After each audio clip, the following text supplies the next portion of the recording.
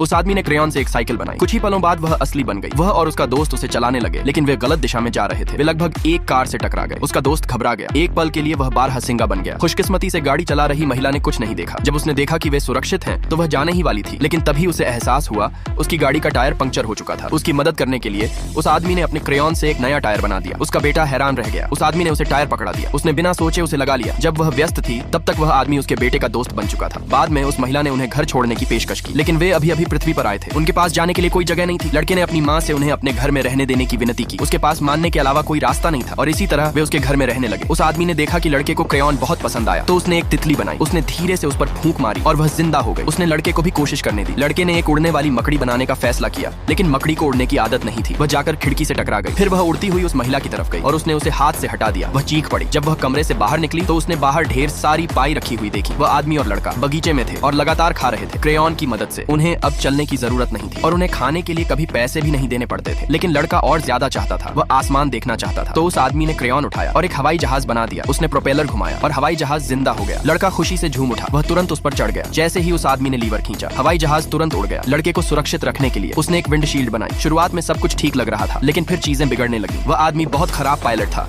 वह लगभग एक इमारत से टकरा गया। खुशकिस्मती से उसने समय रहते मोड़ लिया, लेकिन कुछ ही सेकंड बाद हवाई जहाज जमीन की तरफ तेजी से गिरने लगा। जब उसने देखा कि वे टकराने वाले हैं, तो उस आदमी ने विंडशील्ड खोली और जल्दी से एक पैराशूट